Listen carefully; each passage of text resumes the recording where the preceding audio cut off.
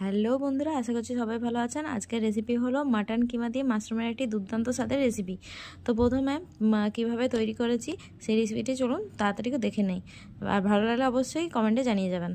প্রথমে কড়াইয়ে তেল গরম করে তার মধ্যে দুটো পাকা লঙ্কা দিয়েছি এবং একটা বড় সাইজের পেঁয়াজকে কুচি কুচি করে কেটে দিয়ে দিয়েছি। তারপর একটা আলুকেও কুচি কুচি করে কেটে দিয়ে দিয়েছি। তারপর মাটন কিমাটা দিয়ে দিলাম।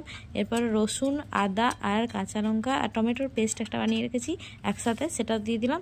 এরপর মাশরুমটা দিয়ে দিলাম উপর থেকে। এরপর জিরে গুঁড়ো, হলুদ গুঁড়ো আর নুন দিয়ে দিলাম পরিমাণ মতো। এরপর ভালোভাবে কষিয়ে নিতে হবে মাশরুমটা সাথে মাটন কিমাটাকে।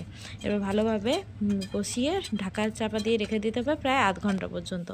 আধ ঘন্টা পর ঘুরে এসে দেখবেন এরকম হয়ে গেছে দেখতে জিনিসটা। এরপর কি করবেন, দেখে নেবেন যে মাটনটা সেদ্ধ হয়েছে কিনা খুন্তির সাহায্যে। এরপর যদি মনে হয় এখনও 40% বাকি আছে সেদ্ধ হতে, তো উপর থেকে জল দিয়ে দিন, তাহলে আলু আর মাটন দুটোই একসাথে কিন্তু সেদ্ধ হয়ে যাবে। এরপর আরও 20-30 মিনিটের মতো আপনারা ঢাকা চাপা দিয়ে রেখে দিন।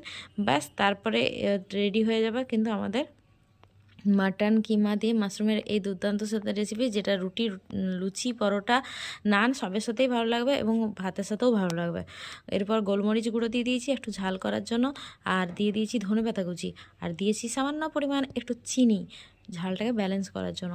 আপনারা চাইলে চিনিটা স্কিপও করতে পারেন, যাদের চিনি পছন্দ নয় তারা স্কিপও করে দিন। চিনি কোনো ব্যাপার নেই, আমার ভালো লাগে তাই আমি দিয়েছি। এবার আরও ভালোভাবে কষিয়ে নিলাম। যখন দেখবেন এরকম উপর থেকে তেলটা বেরিয়ে আসছে, ছেড়ে আসছে কড়াই থেকে তেলটা, তখন জানবেন এই রেসিপিটা কিন্তু তৈরি হয়ে গেছে। এরপর পরিবেশন করে গরম গরম ভাত বা রুটির সাথে পরিবেশন করুন, বা নান, পরোটা সবের সাথেই পরিবেশন করতে পারেন এই দুর্দান্ত স্বাদের মাটন কিমা দিয়ে মাশরুমের এই রেসিপি। ভালো লাগলে অবশ্যই কিন্তু কমেন্ট আর লাইক করে যেতে ভুলবেন না। আর বাড়িতে বানিয়ে অবশ্যই আজকেই বানিয়ে খাবেন। কেমন লাগলো আমাকে অবশ্যই কমেন্টে জানিয়ে যাবেন, ঠিক আছে?